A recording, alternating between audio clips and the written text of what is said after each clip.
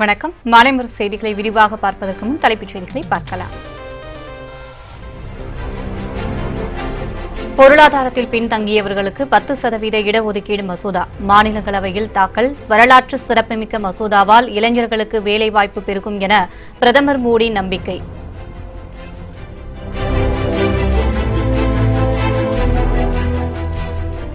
பொருளாதார அடிப்படையில் இடஒதுக்கீடு அளிக்கப்பட்டால் ஊழல் பெருக்கும் என தம்பிதுரை ஆவேசம். தனிப்பட்ட முறையில் வரவேற்பதாக அமைச்சர் ராஜேந்திர பாலாஜி கருத்து.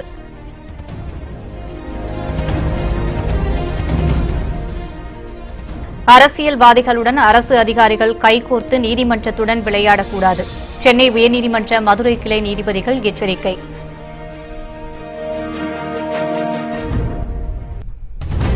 பொங்கல் பண்டிகைக்கான சிறப்பு பேருந்து முன்பதிவை தொடங்கி வைத்தார் அமைச்சர் எம்.ஆர். விஜயபாஸ்கர். தமிழகம் முழுவதும் 24,000 சிறப்பு பேருந்துகள் இயக்கப்படுவதாகவும் தகவல்.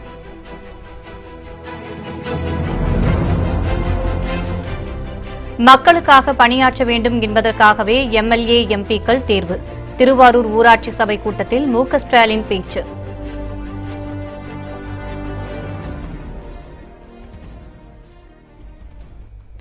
பொருளாதாரத்தில் பின்தங்கிய பொது பிரிவினருக்கு 10% இடஒதுக்கீடு வழங்கும் சட்ட மசோதா மாநிலங்களவையில் தாக்கல் செய்யப்பட்டுள்ளது.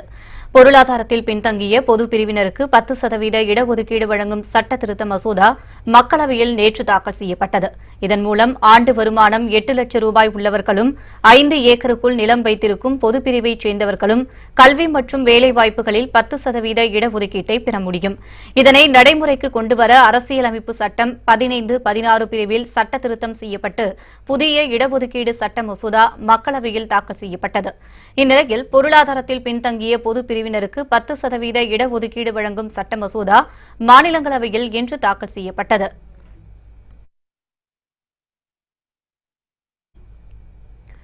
வரலாற்று சிறப்புமிக்க மசோதாவால் இளைஞர்களுக்கு வேலைவாய்ப்பு பெருகும் என பிரதமர் மோடி தெரிவித்துள்ளார். மகாராஷ்டிர மாநிலம் சோலாப்பூரில் பிரதமர் மோடி பல்வேறு நலத்திட்ட உதவிகளை தொடங்கி வைத்தார். இதன்பின் உரையாற்றிய அவர், அனைவரும் வளர்ச்சியடைய வேண்டும் என்பதற்காகவே 10% இடஒதுக்கீடு மசோதா கொண்டுவரப்பட்டதாக தெரிவித்தார். இது வரலாற்று சிறப்புமிக்க மசோதா என்று கூறிய பிரதமர் மோடி, இடஒதுக்கீடு குறித்து தவறான கருத்து பரப்பப்படுவதாகவும் கூறினார். இந்த மசோதாவால் இளைஞர்களுக்கு வேலைவாய்ப்பு பெருகும் என்றும் அவர் நம்பிக்கையளித்தார். பொருளாதார அடிப்படையில் இடஒதுக்கீடு அளிக்கப்பட்டால் ஊழல் பெருகும் என மக்களவை துணை சபாநாயகர் தம்பிதுரை தெரிவித்துள்ளார். கோவை விமான நிலையத்தில் செய்தியாளர்களுக்கு பேட்டியளித்த அவர், சாதி வேற்றுமையை அகற்றுவதற்காகத்தான் சாதி அடிப்படையில் இடஒதுக்கீடு வழங்கப்பட்டதாக தெரிவித்தார். சமூக நீதி அடிப்படையில்தான் இடஒதுக்கீடு அளிக்கப்பட வேண்டும் என்றும் 10% இடஒதுக்கீடு தமிழகத்தில் மிகப்பெரிய பாதிப்பை ஏற்படுத்தும் என்றும் கூறினார். மற்ற மாநிலங்களில் தலைவர்கள் தங்களது பெயரில் சாதியை சேர்ப்பதாகவும், மோடி, பானர்ஜி, நாயுடு, யாதவ் உள்ளிட்ட பெயர்கள் சாதிகளின் பெயர்கள் என்றும் கூறினார். ஒரு பாதிப்பான ஒரு செய்தியாகும். சமூக நீதிக்காகத்தான் இடஒதுக்கீடு வேண்டுமே ஒழிய பொருளாதார அடிப்படையில் இடஒதுக்கீடு தந்தால் நாங்கள் சொன்னது போல ஊழலும் குழப்பமும் அநீதியும் தான் வரும் என்பது அனைத்திந்திய அண்ணா திராவிட முன்னேற்ற கழகத்தினுடைய எண்ணம். அம்பேத்கர் அவர்கள் என்ன சொன்னார்? நாம பொருளாதார ரீதியாக இடஒதுக்கீடு தரக்கூடாது, தாழ்ந்தப்பட்ட ஜாதியாக இருக்கின்ற அந்த சமூக நீதியை காப்பதற்காக, அந்த சமூக நீதி பெறுவதற்காக நம் நாட்டிலே கொண்டு வந்த அந்த இருக்கின்ற ஜாதி என்ற அந்த கொடுமையை நீக்குவதற்காக, அது என்றால் பரம்பரையாக இருப்பதை நீக்குவதற்காக அவர்களுக்கு இந்த வாய்ப்பு தர வேண்டும் என்று சொல்லி சட்டத்தில் கொண்டு வந்தால், இவர்கள் வாக்கு பெறுவதற்காக இன்று பணத்தை அடிப்படையில் பொருளாதார அடிப்படையில் கொண்டு வந்திருப்பது இது நியாயமா என்பதை மக்கள் சிந்தித்து பார்க்க வேண்டும். உண்மையிலே ஏழைகளுக்கு இது பலன் கிடைக்காது, பணக்கார உயர் ஜாதிய மக்கள் தான் பலன் அடைவார்கள். அதுதான் நடக்கப் போகிறது. இதுதான் இந்த வாக்கு வங்கிக்காக இன்று நடந்திருக்கிறது. மற்ற மாநில கட்சிகள் இந்த வலையிலே, மாய வலையிலே விழுந்திருக்கிறார்கள். அவர்கள் எப்பொழுது மீண்டும் உணர்வார்கள்? தேர்தல் காலத்தில் உணரப் போயிருக்கிறார்கள். திருவாரூர் தொகுதி இடைத்தேர்தல் ரத்தானது குறித்த கேள்விக்கு பதிலளித்து பேசிய அமைச்சர் ராஜேந்திர பாலாஜி, தேர்தல் ஆணையர் என அதிமுகவின் செயலரா என விமர்சனம் செய்தார். விருதுநகர் மாவட்டம் சிவகாசியில் செய்தியாளர்களிடம் பேசிய அவர் இடஒதுக்கீடு விவகாரத்தில் தாம் தனிப்பட்ட முறையில் வரவேற்பதாகவும் குறிப்பிட்டார். பொருளாதாரத்தில் பின்தங்கியவர்கள் இருக்காங்க. மேல பிசி வகுப்பினர், உயர் வகுப்பினர் சொல்லக்கூடிய பிசி வகுப்பினர் பொருளாதாரத்தில் பின்தங்கியவர்கள் நிறைய பேர் இருக்காங்க. ஐயர்னு சொல்லக்கூடிய உயர் வகுப்பினர் பட்டியலில் இருக்கக்கூடியவங்க இன்னைக்கு கொத்த வேலைக்கு போகக்கூடியவங்க நம்ம சிவாசிலே இருக்காங்க. அந்த ஒரு நிலைப்பாட்டில் மத்திய அரசு கிடைத்த தகவல் அடிப்படையில் பார்லிமெண்ட்ல தீர்மானம் பண்ணிருக்காங்க. ஆனா ஒரு சில அரசியல் இயக்கங்கள் இது ஒரு சமூக நீதிக்கு எதிரான தீர்மானம் அப்படின்னு சொல்றாங்க. ஆனா என்னைய பொறுத்த மட்டும் என் கருத்து, கட்சி கருத்து கிடையாது. என்னைய பொறுத்த மட்டும் நலிவடைந்தவர்கள் எல்லா சமுதாயத்திலும் இருக்காங்க. பிற்பட்டவர்கள் இருக்காங்க, தாழ்த்தப்பட்டவர்கள் இருக்காங்க, ஐயர்கள் இருக்காங்க, ஐயங்காரில் இருக்காங்க, முதலியாரில் இருக்காங்க, செட்டியாரில் இருக்காங்க. எல்லா வகுப்புலையும் பின்தங்கியும் இருக்காங்க. அதனால இது சட்ட வல்லுநர்கள் ஒரு நல்ல ஒரு முடிவெடுத்து பிரச்சனை இல்லாத ஒரு முடிவை எடுக்கணும். பாஜக அதிமுக சேர்ந்து திருவாரூர் இடைத்தேர்தல் எதுக்கு திட்டமிட்டு தேர்தல் நிறுத்த போறோம்? நாங்க தேர்தல் வேலை ஆக்குறதுக்கு எல்லா பணி களத்தில் இறங்கி வேலையெல்லாம் ஆரம்பிச்சாச்சு, எல்லாம் பண்ணியாச்சு. தேர்தல் கமிஷன் என்ன அதிமுக பட்டச்சாலராக இருக்காரு நாங்க சொல்லுவோம் கேட்கறதுக்கு? அதெல்லாம் கிடையாது. மத்திய அரசுல இன்னைக்கு பார்லிமெண்ட்ல பிரச்சனை பண்ணிட்டு போய் எம்பிகளை பூரா நீக்கிட்டு இருக்காங்க, சஸ்பெண்ட் பண்றாங்க. அப்படிலாம் கிடையாது. கொள்கை ரீதியாக எங்களுக்கும் தனி கொள்கை இருக்கு, பிஜேபி தனி கொள்கை இருக்கு. பொருளாதார அடிப்படையிலான இடஒதுக்கீட்டை கடுமையாக எதிர்ப்பதாக மதிமுக பொதுச் செயலாளர் வைகோ தெரிவித்துள்ளார். மதுரையில் செய்தியாளர்களுக்கு பேட்டியளித்த அவர் சமூக நீதிக்கான இடஒதுக்கீட்டை கொண்டு வந்தது தமிழகம் என்றும் தெரிவித்தார். நம்முடைய இந்தியாவிலேயே சமூக நீதிக்கு அஸ்திவாரம் அமைச்சது தமிழ்நாடு. பிரிட்டிஷ்கார ஆட்சி காலத்திலே முத்தையா முதலியாருடைய அந்த கம்யூனல் ஜீவோ கொண்டு வகுப்பாரி பிரதிநிதித்துவத்துக்கு இடம் கொடுத்தோம். இப்பொழுது 3 மாநிலங்களில் படுதோல்வி அடைந்த பாரதிய ஜனதா கட்சி அந்த மாநிலங்களிலே உள்ள குறிப்பிட்ட மேற்பட்ட சமூகத்தினருடைய ஓட்டுகளை பெற வேண்டும் என்பதற்காக இந்த திருத்தத்தை 15-16 அடிஷனலா 5 உட்பிரிவு 5 சேர்த்து இந்த 10% கொடுத்திருக்கிறாங்க. இது ஸ்க்ரூட்டினியில நிக்குமா? இன்னைக்கு ராஜ்யசபா என்ன ஆகுதுன்னு தெரியாது, இன்னொரு வரைக்கும் என்ன நடந்ததுன்னு தெரியாது. சுப்ரீம் கோர்ட்ல அடிபடுறதுக்கு சான்ஸ் இருக்கு. அதே நேரத்தில் இதை சில கட்சிகள் வரவேற்றிருக்கு. நான் அவங்களை விமர்சிக்க விரும்பல சில கட்சிகளை. ஆனா இதனுடைய தொட்டில் பூமி தமிழ்நாடு. இந்த சமூக நீதியை கொண்டு வந்ததே தமிழ்நாடு. எனவே கடைசியா போற போக்குற ஆட்சியை இழந்து வரப்போற தேர்தலில் தோல்வி அடைய போகிற நரேந்திர மோடி அரசு எப்படியெல்லாம் வஞ்சகம் செய்துன்னு பாருங்க. இவங்க தப்பி தவறி ஆட்சிக்கு வந்துட்டு அந்த நாடு நாசமாயிருங்கிற கவலை எனக்கு ரொம்ப இருக்கு. இது மிக கடுமையாக நாங்கள் எதிர்க்கிறோம். மறுமலர்ச்சி திமுக உயர் சாதிக்கு 10% இடஒதுக்கீடு வழங்கியது ஏற்றுக்கொள்ள முடியாது என தமிழக வாழ்வுரிமை கட்சித் தலைவர் வேல்முருகன் தெரிவித்துள்ளார். வழக்கு ஒன்றில் சென்னை எழும்பூர் நீதிமன்றத்தில் ஆஜராகிய பின்னர் செய்தியாளர்களை சந்தித்து பேசிய அவர் ஸ்டெர்லைட் ஆலையை நிரந்தரமாக மூட வழிவகை செய்ய வேண்டும் என கேட்டுக் கொண்டார். இடஒதுக்கீடு என்பது சமூக நீதியின் கோட்பாட்டு அடிப்படையில் அமைய வேண்டுமே தவிர பொருளாதார அடிப்படையில் அமையக்கூடாது. இந்தியாவில் இருக்கின்ற அனைத்து குழுக்கள் என்று சொல்லக்கூடிய அனைத்து சமூகங்களின் பட்டியலை எடுத்து அந்தந்த சமூகங்களின் விகிதாச்சார அடிப்படையில் தான் இடஒதுக்கீடு அமைய வேண்டுமே தவிர பொருளாதார அடிப்படையில் இடஒதுக்கீடு என்பது மாபெரும் சமூக அநீதி.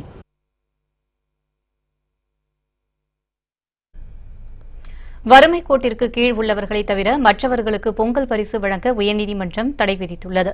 அனைத்து குடும்ப அட்டைதாரர்களுக்கும் 1000 ரூபாய் பொங்கல் பரிசு வழங்கப்படும் என தமிழக அரசு அறிவித்தது.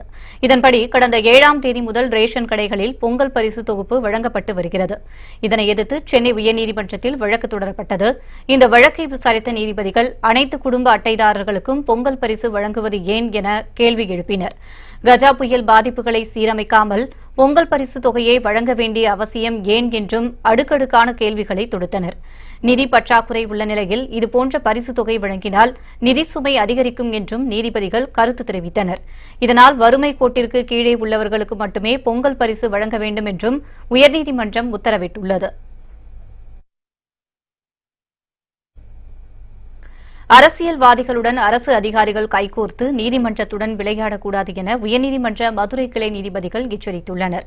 அரசாணைப்படி கரூர் திருமாநிலையூரில் புதிய பேருந்து நிலையம் அமைக்கப்படவில்லை என உயர்நீதிமன்ற மதுரை கிளையில் அவமதிப்பு வழக்கு தொடரப்பட்டது. இந்த வழக்கை விசாரித்த நீதிபதிகள் அரசு அதிகாரிகளுக்கு கடும் கண்டனம் தெரிவித்தனர்.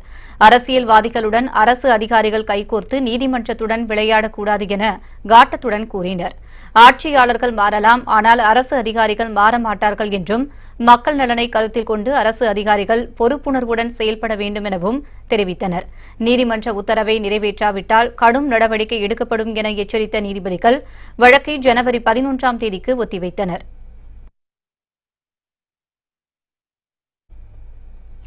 பொங்கல் பண்டிகைக்கான சிறப்பு பேருந்து முன்பதிவை போக்குவரத்துத்துறை அமைச்சர் M.R. விஜயபாஸ்கர் தொடங்கி வைத்தார். தமிழர் திருநாள் எனப்படும் பொங்கல் திருநாள் வரும் 15ஆம் தேதி கொண்டாடப்படுகிறது. பொங்கல், மாட்டுப் பொங்கல், காணும் பொங்கல் என 3 நாட்கள் விடுமுறை விடப்பட்டுள்ளது. மேலும் பொங்கலுக்கு முந்தைய நாளான போகி பண்டிகையான 14ஆம் தேதி என்றும் அரசு விடுமுறை என அறிவிக்கப்பட்டுள்ளது. இதனால் சனி, ஞாயிறு கிழமைகள் சேர்ந்து மொத்தம் 6 நாட்கள் தொடர்ந்து விடுமுறை அளிக்கப்பட்டுள்ளதால் வரும் வெள்ளிக்கிழமை முதல் மக்கள் சொந்த ஊர்களுக்கு செல்ல தயாராக உள்ளனர். இதனால் பயணிகளின் வசதிக்காக வரும் 11ஆம் தேதி முதல் 14ஆம் தேதி வரை தமிழகம் முழுவதும் 24,708 சிறப்பு பேருந்துகள் இயக்கப்படுகின்றன. சென்னையிலிருந்து மட்டும் 14,263 சிறப்பு பேருந்துகள் இயக்கப்படுகின்றன. இதற்கான முன்பதிவு இன்று தொடங்கப்பட்டது. சென்னை கோயம்பேட்டில் உள்ள முன்பதிவு மையத்தை போக்குவரத்துத்துறை அமைச்சர் M.R. விஜயபாஸ்கர் தொடங்கி வைத்தார். இன்று கோயம்பேடு பேருந்து நிலையத்தில் முன்பதிவு மையங்கள் 26 முன்பதிவு மையங்களை திறந்து வைத்திருக்கின்றோம். சிறப்பு கவுண்டர்கள். அதேபோல தாம்பரம் மெப்ஸில் 2, மாதவரம் பேருந்து நிலையத்தில் 1, பூந்தமல்லி பேருந்து நிலையத்தில் 1 ஆக மொத்தம் 30 முன்பதிவு மையங்கள் இன்று முதல் செயல்பட தொடங்கும். இந்த சிறப்பு பேருந்துகள் இயக்கம் 11 முதல் 14 வரை 4 நாட்களுக்கு இயக்கப்பட இருக்கிறது. சிறப்பு பேருந்துகளாக 5163 சிறப்பு பேருந்துகள் இயக்கப்பட இருக்கிறது. ஆக மொத்தம் 14,263 பேருந்துகள் இந்த ஆண்டு பொங்கல் பண்டிகையை முன்னிட்டு தமிழக போக்குவரத்து கழகத்தின் மூலமாக, அரசு போக்குவரத்தின் கழகத்தின் மூலமாக சென்னையிலிருந்து மட்டும் இந்த பேருந்துகள் இயக்கப்பட இருக்கிறது. மக்களுக்காக பணியாற்ற வேண்டும் என்பதற்காகவே MP, MLA-க்கள் தேர்வு செய்யப்படுவதாக திமுக தலைவர் ஸ்டாலின் தெரிவித்துள்ளார். தமிழகம் முழுவதும் திமுக சார்பில் ஊராட்சி சபை கூட்டம் நடைபெற்று வருகிறது. திருவாரூர் புலிவளத்தில் நடைபெற்ற கூட்டத்தில் திமுக தலைவர் ஸ்டாலின் கலந்து கொண்டு தொடங்கி வைத்தார். அப்போது கிராம மக்களுடன் உரையாற்றிய ஸ்டாலின், கருணாநிதி உயிரோடு இருந்திருந்தால் கஜா புயல் பாதிக்கப்பட்ட அடுத்த நாளே திருவாரூர் வந்திருப்பார் என்று கூறினார். கிராமங்கள்தான் கோவில் என்றும் கிராமங்களில்தான் அரசியல் உருவாக்குவதாகவும் தெரிவித்தார். திமுக தான் ஆளுங்கட்சி என மக்கள் கருதுவதாகவும் ஸ்டாலின் தெரிவித்தார். எதிர்கட்சியா இருக்கிறோம்னா ஒரு மிகப்பெரிய எதிர்கட்சியாக இருக்கிறோம். நியாயமா பாத்தீங்கன்னா மக்கள்லாம் என்ன நினைச்சிட்டு இருக்காங்கன்னா திமுக எதிர்கட்சி இல்ல, திமுக தான் ஆளுங்கட்சியாக இருக்கு அப்படின்னு எண்ணக்கூடிய அளவிற்கு. ஏன்னா எந்த பிரச்சனை இருந்தாலும் நாங்க தான் நினைக்கிறோம். ஆட்சியில் இருக்கவங்க தான் வரணும், அதிகாரத்தில் இருக்கவங்க தான் வரணும். புயல் பாதிக்கப்பட்ட உடனே அடுத்த நிமிஷம் வந்தது திமுக தான். குறைகளை கேட்டது, முடிஞ்ச வரைக்கும் நிவாரணப் பணிகளை நாங்கள் செஞ்சபோது உங்களுக்கு எல்லாம் தெரியும். ஆகவேதான் நான் உங்களை எல்லாம் கேட்டுக்கொள்ள விரும்புவது, நாடாளுமன்ற தேர்தல் விரைவில் வரப்போகிறது. சட்டமன்ற தேர்தலும் வரக்கூடிய வாய்ப்பு உண்டு. எது எப்படி இருந்தாலும் நாம் ஒரு நல்ல முடிவு எடுக்கணும். ஆக திமுக நீங்க தேர்ந்தெடுத்து சிறப்பான வகையில் அந்த வெற்றியை நீங்கள் தேடித் தருவீர்கள் நம்பிக்கை எங்களுக்கு எல்லாம் நிரம்ப உண்டு.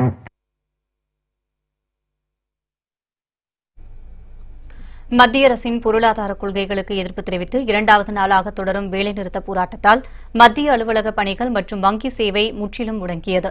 புதிய ஓய்வூதிய திட்டத்தை திரும்பப் பெற வேண்டும், பொதுத்துறைகளின் பங்கு விற்பனைகளை கைவிட வேண்டும் என்பது உள்ளிட்ட 12 அம்ச கோரிக்கைகளை வலியுறுத்தி நேற்று முதல் நாடு தழுவிய வேலைநிறுத்தம் நடைபெற்று வருகிறது. இந்த வேலைநிறுத்தத்தில் மத்திய அரசு ஊழியர்கள், வங்கி ஊழியர்கள் மற்றும் தொழிலாளர்கள் என 20 கோடி பேர் ஈடுபட்டுள்ளதால் மத்திய அரசு அலுவலகங்கள் மற்றும் வங்கிகள் வெறிச்சோடி காணப்பட்டன. குறிப்பாக 45,000 வங்கி கிளை ஊழியர்கள் வேலைநிறுத்தத்தில் ஈடுபட்டுள்ளதால் பண பரிமாற்றம், காசோலை பரிமாற்றம் உள்ளிட்ட வங்கி சேவைகள் பாதிக்கப்பட்டுள்ளன. இதனால் நாடு முழுவதும் 20,000 கோடி ரூபாய் மதிப்பில் காசோலைகள் முடங்கின. அதே நேரத்தில் வேலைநிறுத்தம் காரணமாக தமிழகத்தில் பெரிய அளவில் பாதிப்பு இல்லை. பேருந்துகள் வழக்கம் போல் இயங்கி வருகின்றன. இதனிடையே மத்திய அரசு ஊழியர்கள் வேலைநிறுத்தத்தில் ஈடுபட்டால் ஒழுங்கு நடவடிக்கை எடுக்கப்படும் என மத்திய பணியாளர் அமைச்சகம் எச்சரிக்கை விடுத்துள்ளது.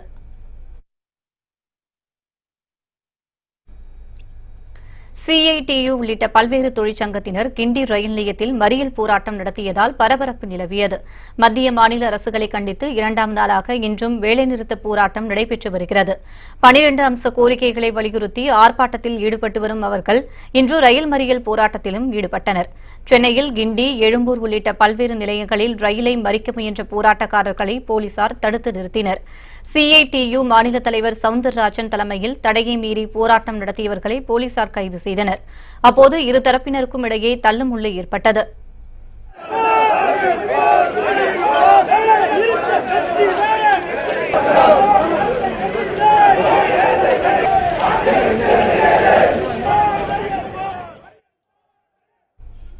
அப்போது செய்தியாளர்களுக்கு பேட்டியளித்த சவுந்தரராஜன், மத்திய அரசு கண்டுகொள்ளாத பட்சத்தில் போராட்டத்தை மேலும் தீவிரப்படுத்த திட்டமிட்டிருப்பதாக கூறினார்.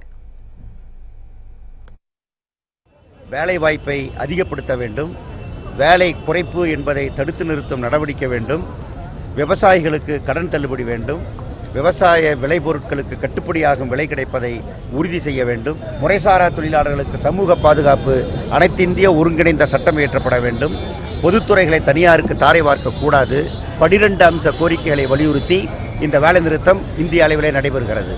இந்த வேலைநிறுத்தத்திற்கு பிறகு மத்திய அரசு உறுதியான நடவடிக்கை, உருப்படியான நடவடிக்கை எடுக்க தவறுமானால் தொழிற்சங்கங்கள் கூடி மீண்டும் இதைவிட தீவிரமான போராட்டங்களை முன்னெடுப்போம். இதேபோல் AITUCயின் மாநில பொதுச் செயலாளர் மூர்த்தி பேசுகையில், பொதுத்துறை நிறுவனங்களை தனியாருக்கு கொடுப்பதை ஒருபோதும் ஏற்றுக்கொள்ள முடியாது எனவும், மத்தியில் ஆளும் பாஜக அரசு தொழிலாளர் நலன் சார்ந்த சலுகைகளை முடக்கி வருவதாகவும் குறிப்பிட்டார். 100 ஆண்டுகளுக்கு மேலாக போராடிப்பட்ட தொழிலாளர்களுடைய உரிமைகளை எல்லாம் வரிசையாக பறித்துக் கொண்டிருக்கிறது மத்திய அரசாங்கம். ஆகவே தொழிலாளர்களுடைய உரிமைகளை பறிப்பதை உடனடியாக நிறுத்த வேண்டும். எந்த வேலையை பார்த்தாலும் மாதம் ஒன்றுக்கு 18,000 ரூபாய்க்கு குறையாத சம்பளம் என்று நிர்ணயிக்க வேண்டும். பல முறை போராடியும் திருந்தாத அரசாங்கத்தை ஆட்சியை விட்டு இறக்க வேண்டும் என்று பொதுமக்களுக்கு கோருவதற்காகவும், எங்களுடைய உரிமைகளை இனிமேலும் பறிக்காது என்று மோடியை எச்சரிப்பதற்காகவும் நடைபெற்றுள்ள இந்த வேலை நிறுத்தம் இந்தியா முழுமையிலும் தமிழகத்திலும் பெருவெற்றி பெற்றுள்ளது. இந்த போராட்டத்தால் ரயில் நிலையத்திற்கு வந்த பயணிகள் உள்ளே செல்ல முடியாத சூழலில் தவித்தனர். கைது செய்யப்பட்ட அனைவரும் கிண்டி ரேஸ்கோர்ஸ் மைதானத்தில் தங்க வைக்கப்பட்டுள்ளனர்.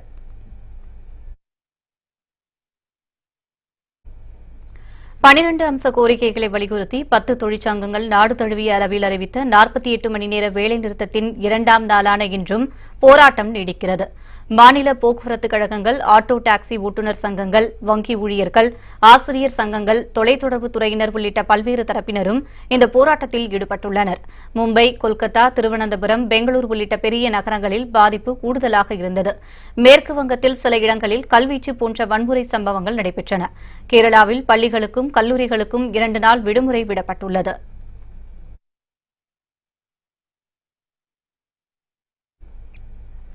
எல்லைக்கு அப்பால் இருந்து கடந்த 2 நாட்களில் பாகிஸ்தான் படையினர் 4 முறை அத்துமீறி தாக்குதல் நடத்தியிருப்பதாக இந்திய ராணுவத்தினர் தெரிவித்துள்ளனர். ஜம்மு காஷ்மீர் மாநிலத்தின் பூஞ்ச் மாவட்டத்தில் எல்லை கட்டுப்பாட்டு கோட்டு பகுதியில் கண்காணிப்பில் ஈடுபட்டுள்ள இந்திய வீரர்கள் உள்ள நிலைகளை குறிவைத்து பாகிஸ்தான் படையினர் அத்துமீறி தாக்குதல் நடத்துவது வாடிக்கையாக உள்ளது. நேற்று காலையில் அத்துமீறிய பாகிஸ்தான் ராணுவத்தினருக்கும் இந்திய வீரர்கள் தக்க பதிலடி கொடுத்த நிலையில் இன்று காலையில் மீண்டும் இந்திய நிலைகளை குறிவைத்து தாக்குதல் நடத்தினர். சிறிய மோட்டார் ரக குண்டுகளை வீசியும் துப்பாக்கியால் சுட்டும் பாகிஸ்தான் ராணுவத்தினர் தாக்குதல் நடத்தினர். அதற்கு தக்க பதிலடி கொடுக்கப்பட்ட நிலையில் கடந்த 2 நாட்களில் மற்றும் 4 முறை பாகிஸ்தான் படையினர் போர் நிறுத்த ஒப்பந்தத்தை மீறியுள்ளதாக இந்திய ராணுவத்தினர் குற்றம் சாட்டியுள்ளனர். சிறையில் இலங்கை அதிகாரிகள் துன்புறுத்தியதாக தமிழகம் திரும்பிய மீனவர்கள் தெரிவித்தனர்.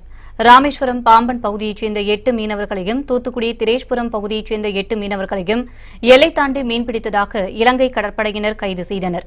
மேலும் படகுகளை பறிமுதல் செய்த இலங்கை கடற்படையினர் கைது செய்யப்பட்ட 16 மீனவர்கள் மீது வழக்கு பதிவு செய்து சிறையில் அடைத்தனர்.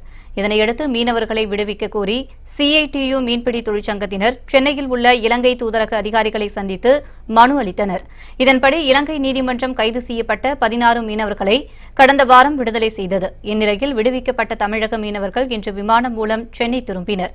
அப்போது செய்தியாளர்களுக்கு பேட்டியளித்த மீனவர்கள் சிறையில் இருந்தபோது தங்களை இலங்கை அதிகாரிகள் துன்புறுத்தியதாக தெரிவித்தனர். 8ஆம் மாதம் 19ஆம் தேதி கடலுக்கு போனோம். 21ஆம் தேதி எங்களை பிடிச்சாங்க. எங்களை பிடிச்சி கையும் காலையும் கண்ணையும் கட்டினாங்க. கட்டிட்டு எங்களை நான் சுட்டுறதான் நினச்சோம். சுடாமல் அங்கே கொண்டு போய் அங்கே எங்களை கொண்டு ஜெயிலில் கொண்டு அடைச்சாங்க.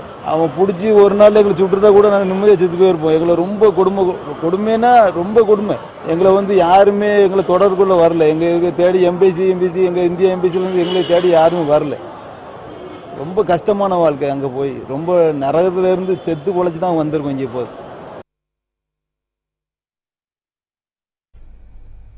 சென்னை மத்திய குற்றப்பிரிவில் பணிபுரியும் பெண் காவலர்களுக்கான பணி நேரம் நிர்ணயிக்கப்பட்டுள்ளது. பாலியல் தொந்தரவு, பணிச்சுமை உள்ளிட்ட காரணங்களால் பணி நேரத்தை முறைப்படுத்த வேண்டுமென பெண் காவலர்கள் கோரிக்கை விடுத்திருந்தனர். இந்நிலையில் பெண் காவலர்களின் கோரிக்கையை ஏற்று இணைய ஆணையர் பணி நேரத்தை நிர்ணயித்துள்ளார். இதன்படி சென்னை மத்திய குற்றப்பிரிவில் பணிபுரியும் பெண் காவலர்கள் காலை 10 மணி முதல் இரவு 7 மணி வரை பணிபுரிய நேரம் நிர்ணயிக்கப்பட்டுள்ளது. அவசர காலம் மற்றும் விஐபிகள் வருகை நேரங்களை தவிர மற்ற நாட்களில் இந்த பணி நேரம் கடைபிடிக்கப்படும் என்றும் தெரிவிக்கப்பட்டுள்ளது. தமிழகத்தில் அமைச்சர்கள் வரம்பு மீறி பேசி வருவதாக அம்மா மக்கள் முன்னேற்றக் கழக செய்தி தொடர்பாளர் புகழேந்தி குற்றம் சாட்டியுள்ளார். ஹொசூரில் செய்தியாளர்களுக்கு பேட்டியளித்த அவர், திருவாரூரில் அம்மா மக்கள் முன்னேற்றக் கழக கட்சியை கண்டு மற்ற கட்சிகள் அஞ்சுவதாக தெரிவித்தார். ஹொசூரை காலியான தொகுதி என உடனடியாக அறிவிக்க வேண்டும் எனவும் வலியுறுத்தினார். மேலும் தமிழகத்தில் துறை செயலாளர்கள் குறித்து அமைச்சர்கள் வரம்பு மீறி பேசி வருவதாக குற்றம் சாட்டிய புகழேந்தி அவர்களை கடுமையாக வசைபாடினார். நீ என்ன ஐஏஎஸ் ஆபீசர் இல்லைன்னா எங்க துணை பொதுச் செயலாளர் சொன்ன மாதிரி இந்த கவர்மெண்ட்டை யார் நடத்த முடியும்? ஆகவே நான் இந்த ஐஏஎஸ் ஆபீசர்ஸை பார்த்து என்ன கேட்கிறேன்னு சொன்னீங்கன்னா, இந்த மந்திரிகள் அடித்திருக்கின்ற கொள்ளை, ஊழல், இந்த ஊழல் ஆட்சியில் எவ்வளவு என்னென்ன முறைகேடுகள் எப்படியெல்லாம் கொள்ளையடித்திருக்கிறார்கள் என்பது இந்த ஐஏஎஸ் ஆபீசர்களுக்கு நன்றாகவே தெரியும். உதாரணத்துக்கு இதே ராதாகிருஷ்ணன் எடுத்துட்டீங்கன்னா, விஜயபாஸ்கரை பத்தி ஊழல் அப்படின்னு சொல்லி கேட்டீங்கன்னா ஒரு புத்தகத்தை எழுத முடியும். சார், நீங்க ஐஏஎஸ் படிச்சுட்டு ஒரு கவர்மெண்ட் நடத்தக்கூடிய அட்மினிஸ்ட்ரேட்டிவ் நிலையில் இருக்கக்கூடிய உங்களை வேலைக்கு வராதவன், குடிகாரன், குப்பை இவெல்லாம் அசிங்கமா பேசுவதை எப்படி இந்த ஐஏஎஸ் அதிகாரிகள் பார்த்து கொண்டிருக்கிறார்கள் என்பது எனக்கு புரியவில்லை. சமூக வலைதளங்கள் மூலம் தீவிரவாத இயக்கத்துக்கு ஆட்கள் சேர்க்கப்படுகிறார்கள் என இந்திய ராணுவ தளபதி பிபின் ராவத் குற்றம் சாட்டியுள்ளார்.